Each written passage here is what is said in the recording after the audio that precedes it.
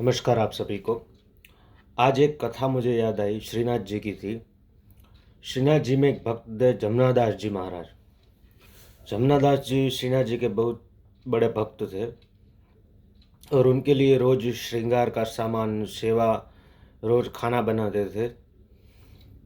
एक दिन उनको इच्छा हुई कि मैं आज अपने श्रीनाथ जी के लिए पुष्प लेके आता हूँ, गुलाब का।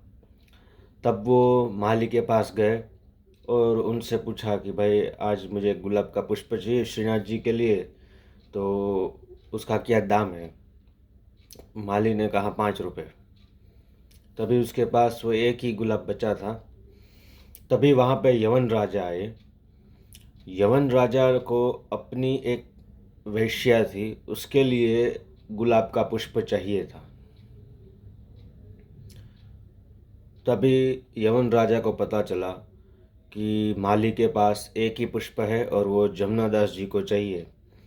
चूँकि जमनादास जी गरीब थे, तो यमन राजा ने कहा कि इस गरीब को छोड़ दो, मुझे दो, मैं राजा हूँ, मैं तुम्हारा सब तरीके से ख्याल भी रखूँगा। माली को उसने बोला, राजा ने। यवन राजा ने ऐसा बोला, तभी माली ने बोला कि आप दोनों दोनों में से जो भी कोई इसके दाम देगा ज़्यादा, उसको मैं ये दे दूँगा। 5 रुपये पुष्प की कीमत 10 हुई, 20 हुई, 30 हुई, 40 हुई, 100 हुई, 1000 तक पहुंच गए। देखते देखते 5000 तक पहुंची। लास्ट में जमनादास जी बोले 10,000। यवन राजा बोले कि मैं आपको 11,000 दूंगा। तभी जमनादास जी ने अचानक ही ऐसा बोला कि 1,00,000 रुपये। अभी माली ने सोचा ये 1,00,000 रुपये बोल रहे हैं जमनादास जी, तो मैं इनको ही दूंगा। राजा बोली लगा सकता था 1,00,000 रुपये के ऊपर, पर उसने ऐसा नहीं किया, क्योंकि उसने सोचा कि 1,00,000 रुपये में तो एक नई वेश्या भी आ सकती है। तभी वो वहाँ से चला गया और जमुनादास जी ने अपने वचन के अनुसार वो पुष्प 1,00,000 में खरीदा। कैसे खरीदा कि उन्होंने अपना घर और ज़मीन दोनों बेच दिया और 1,00,000 रुपये में वो पुष्प खरीद लिए। आज श्रीनाथ जी के ऊपर जो पुष्प लगा था, उस दिन उस पुष्प के भार से वो मुकुट नीचे गिर गया। श्रीनाथ जी अंदर सोच रहे थे कि आज ये मुकुट का भार, यानी कि एक भक्त के भावना का भार मुझसे आज सहन नहीं हो रहा है, तो उनका मुकुट भी उनको संभाल नहीं पाया उस पुष्प को।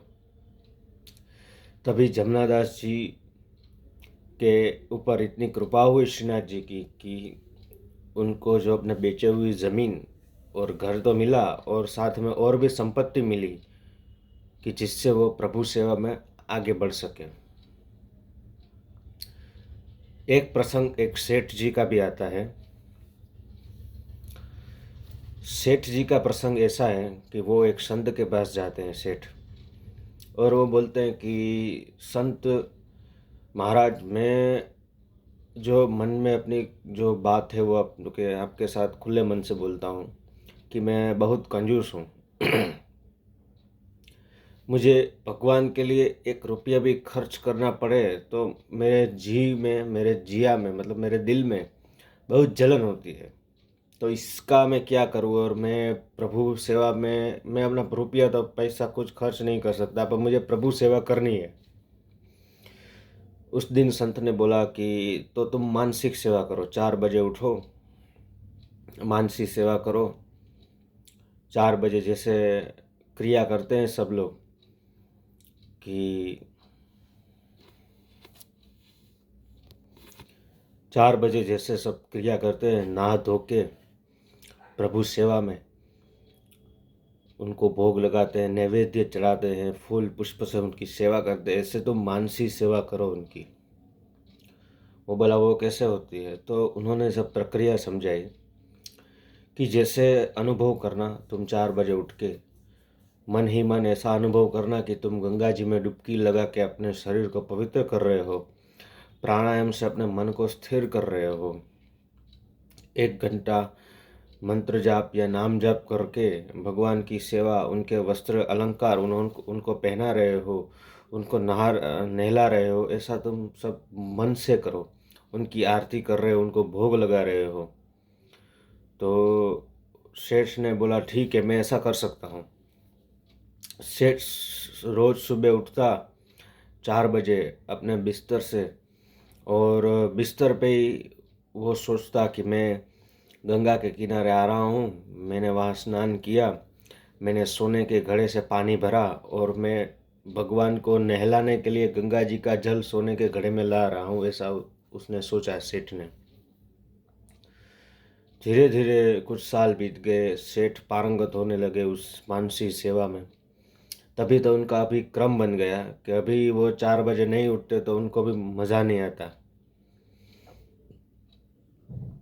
वे रोज़ 4 बजे उठते, मानसी सेवा में मैंने बताया वैसे गंगा जी का जल लेके आते, यमुना जी का कभी जल लेके आते, अलग अलग नदियों का, पवित्र नदियों का जल लेके आते, अलग अलग पवित्र जगह से पुष्प लेके आते, सुगंधित द्रव्य महंगे महंगे अपने मानसी पूजा में लेके आते उस जगह से और लगाते ठाकुर जी को।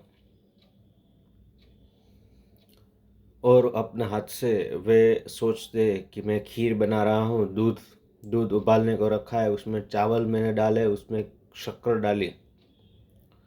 ऐसा सब सोच के सेठ मानसी पूजा करते थे। ये करते करते 12 साल हो गए। सेठ का मूल स्वभाव कंजूस था। सेठ एकदम कंजूस थे।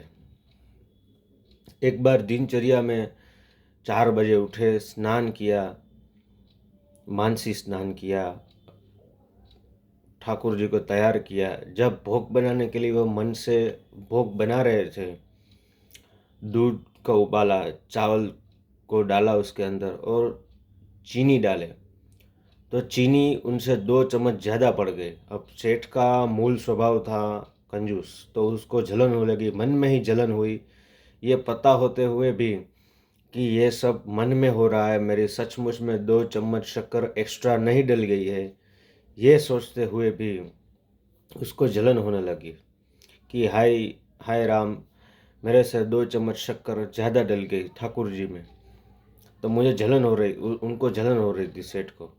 तभी श्री कृष्ण ने उनका हाथ पकड़ा मानसी में, मानसी पूजा में, और चला, चल सेठ, तुझे आज तो मैं दिखाता हूँ, वैसे वो प्राय प्यार से बोले थे।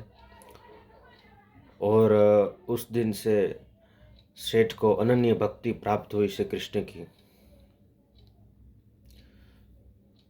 इससे हमें मानसी पूजा का महत्व पता चलता है कि अगर आप कोई भी साधन के लिए शारीरिक श्रम नहीं कर सकते, या आपसे शरीर में कोई ऐसी दुविधा हो, फिजिकल डिसेबिलिटीज़ हो, तो भी आप भगवान की पूजा मानसी रूप से कर सकते हैं। जैसे आप अभी भी कर सकते हैं। श्री सदाशिव की पूजा भी आप मानसी रूप से कर सकते हैं कि भाई मैं खड़ा हूँ, मैं बैठा हूँ, शिवलिंग मेरे आगे है। आप मन में ऐसा सोच सकते हैं कि मैंने चांदी के बर्तन में, सोने के बर्तन में भगवान शिव के लिए गंगा जल लाया है, मैं उनको शिवलिंग के ऊपर चढ़ा रहा हूँ, जल अर्पण कर रहा हूँ, दूध अर्पण कर रहा हूँ, घी अर्पण कर रहा हूँ, मधु अर्पण कर रहा हूँ, शक्कर, पंचामृत अर्पण कर रहा हूँ, सब अर्पण कर रहा हूँ, भस्म लगा रहा हूँ। ऐसा आप मन से सोचेंगे, उनकी मैं आरती कर रहा हूँ, उनको मैं भोग लगा रहा हूँ, उनको मैं बिली पत्र चढ़ा रहा हूँ, 1008, 108, ऐसा आप मन से सोचेंगे तो भी आपको मन में इतनी शांति होगी, क्योंकि श्री शिव हमेशा मेडिटेटिव फॉर्म में रहते हैं। तो उनके चिंतन मात्र से ही आपका मन शुद्ध, सात्विक और पवित्र होकर शांत होएगा। तो आप ऐसे किसी भी भगवान, जो आप भगवान में मानते हैं, उनकी पूजा कर सकते हैं मानसी रूप से। नो डाउट कि आप कोई भी आप फिजिकल डिसेबिलिटीज़ हो, फिर भी आप कर सकते हैं पूजा मानसी। तो ये दोनों कथा से यही हमें सीखने को मिलता है कि प्रभु के लिए हम जो निस्वार्थ प्रेम करते हैं, प्रभु को, जमुना दास जी के जैसे तो हमें प्रभु प्राप्त होते हैं। और दूसरी कथा से हमें सेठ के माध्यम से ये पता चला कि मानसी पूजा का कितना बड़ा महत्व है। आप मानसी पूजा करेंगे तो वो शारीरिक पूजा से भी अधिक महत्व रखती है। ऐसा नहीं है कि शारीरिक मतलब वो आप ऐसे पूजा करते हैं तो वो उसका महत्व नहीं है। मानसी पूजा का महत्व ज़्यादा इसलिए है क्योंकि आप मन को उधर ज़बरदस्ती ले जा रहे हो भगवान के पास। जब हम ऐसे ही शरीर हम मंदिर में जाते हैं और शिवलिंग का अभिषेक करते हैं, भगवान की सेवा करते हैं, श्री कृष्ण को तुलसी जल अर्पण करते हैं, तभी हमारा मन भटका हुआ रहता है, फिजिकल होते हैं तब जहाँ। परंतु मानसी सेवा में हम वो मन को ज़बरदस्ती लेके आते हैं भगवान के पास, बार बार भागता है फिर भी लेके आते हैं। तो इसलिए मानसी सेवा शारीरिक सेवा से अधिक महत्व रखती है। तो इसी के साथ मैं कल मिलता हूँ। जय श्री राम।